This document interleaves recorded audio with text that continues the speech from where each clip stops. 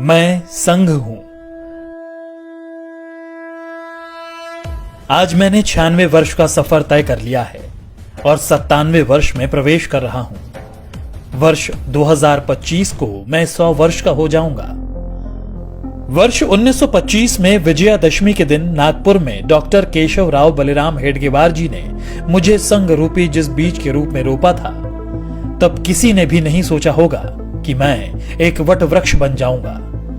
आज इस वट वृक्ष की कई शाखाएं राष्ट्र निर्माण कार्य में लगी हुई हैं। संघ के प्रथम सरसंघ चालक हेडगेवार जी ने अपने घर पर 17 लोगों के साथ गोष्ठी में मेरे गठन की योजना बनाई थी। इस बैठक में हेडगेवार जी के साथ विश्वनाथ केलकर, भावजी कावरे, अन्ना साहने, बालाजी हुद्दार, बापूराव भेदी आदि लोग मौजूद थे। मेरा क्या नाम होगा, क्या कार्य होंगे, सब कुछ समय के साथ धीरे धीरे तय होता गया। उस वक्त हिंदुओं को सिर्फ संगठित करने का विचार था। यहां तक कि संघ का नामकरण राष्ट्रीय स्वयंसेवक संघ भी 17 अप्रैल 1926 को तय हुआ।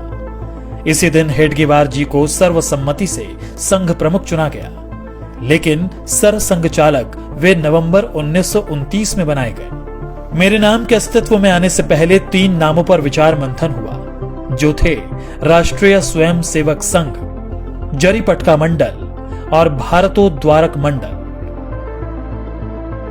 जिसके लिए बाकायदा वोटिंग भी हुई। नाम विचार के लिए बैठक में मौजूद 26 सदस्यों में से 20 सदस्यों ने राष्ट्रीय स्वयंसेवक संघ को अपना मत दिया, जिसके बाद मैं यानी आरएसएस अस्तित्व में आया। पिछले कई दशकों से लगातार देश के कोने कोने में संघ की शाखाएं लग रही हैं। हेडगेवार जी ने व्यायामशालाएं और अखाड़ों के माध्यम से संघ कार्य को आगे बढ़ाया था।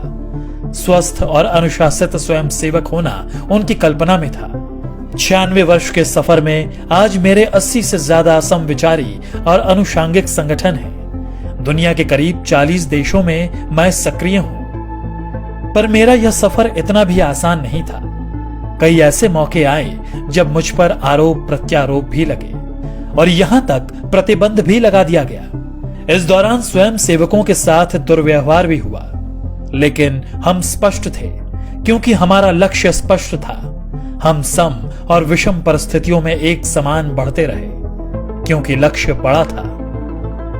संघ के विरुद्ध दुष्प्रचार के बावजूद समाज का एक बहुत बड़ा वर्ग ऐसा भी था जो संघ के समर्पण को देख रहा था और समझ भी रहा था। यही कारण था कि जिस परिवार को संघ के स्वयंसेवकों की मदद किसी न किसी रूप में मिली, वह सदैव के लिए संघ का हो गया। मैं तो अपने कार्य पथ पर अपने स्थापना के साथ ही निरंतर चलता रहा। आजादी मिली, लेकिन विभाजन की विभीषिका के रूप में दर्द भी मिला।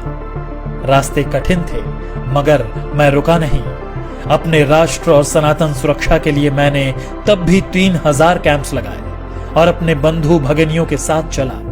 वर्ष 1962 में जब चीन ने धोखे से देश पर हमला कर दिया, तब मेरे परिवार के स्वयंसेवकों ने बखूबी अपना राज्य धर्म निभाया और जान पर खेलकर सरहदी इलाकों में रसद पहुंचाने में सेना की मदद की। इससे प्रभावित होकर तत्कालीन प्रधानमंत्री नेहरू ने 1963 में गणतंत्र दिवस की परेड में संघ को आमंत्रित किया।